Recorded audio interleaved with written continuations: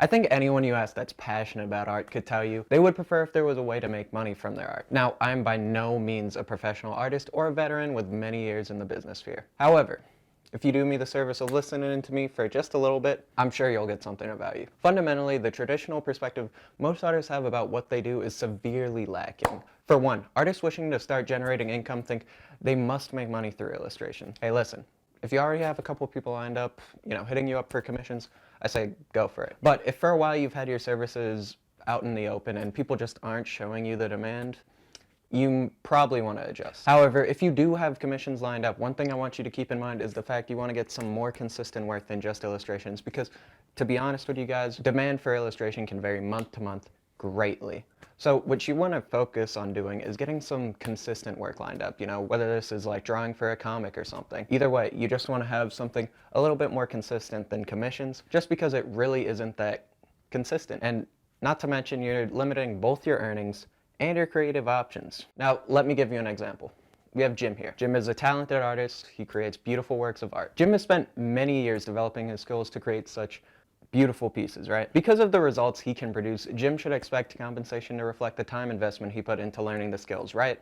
I think we can all agree. Now, the issue arises is Jim here lives in New York City. Now, let's take Billy over here. Billy lives in Brazil. Billy is in the ballpark of Jim's skill range, which will happen when you have global competition.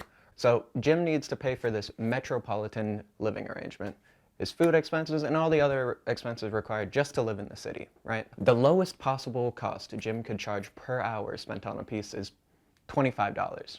But guess what? The same US dollar can go much further for Billy than it could ever go for Jim, right? He lives in a completely different country, it's just different cost of living. So he can price his wage rate as low as $12 an hour, meaning he can just undercut all of Jim's pricings, or B, he could put in twice the labor hours for the same piece. Now, I'm only using Brazil as an example because I've had some coworkers making minimum wage for portions of the year, not even full-time, able to go back to Brazil and ball out. But the same thing is reflected in many other countries. Numbers might not be exact.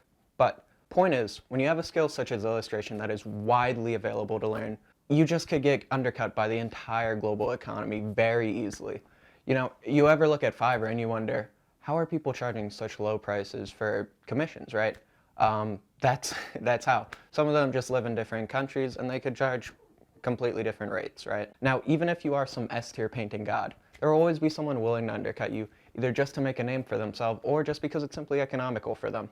Now, what you may be saying is, isn't that the case for nearly every skill out there? And I guess you do have a point. There's definitely significantly more global competition for jobs ever since the boom of virtual work, right? Luckily for you, there are a few ways to hedge your bets, right? For one, and this is the most cookie cutter advice you could ever get, you gotta specialize in areas with high returns, and number two, significant barriers to entry. What I'm talking about here is advanced painting skills that take so many years to develop that a lot of people really just don't attempt to learn that kind of style. To really maximize your returns this way, you'll be locking yourself into a pretty specific niche. Now, more interesting and potentially even more beneficial is combining your artistic skills with fields that really could synergize well with this. What comes to mind just immediately is fields like marketing, front-end design. Both of these can be incredibly lucrative careers, but what you really should be thinking of is unique ways to combine your skills to make a product that's harder to replicate and more unique. This is by no means my idea, but if you want to check out more about this idea, you could read this book called How to Get Better at Almost Everything. One of my favorite books in which you'll get a further breakdown of what this author terms generalism versus specialism, some just great skills that you should be developing. But if you found any of this interesting or useful, feel free to like, subscribe, comment what you think about it down below. Oh, if you want some more business-related knowledge that's applicable to artists, check out ACC 101 for Artists here. Without further ado, I'll see you guys later.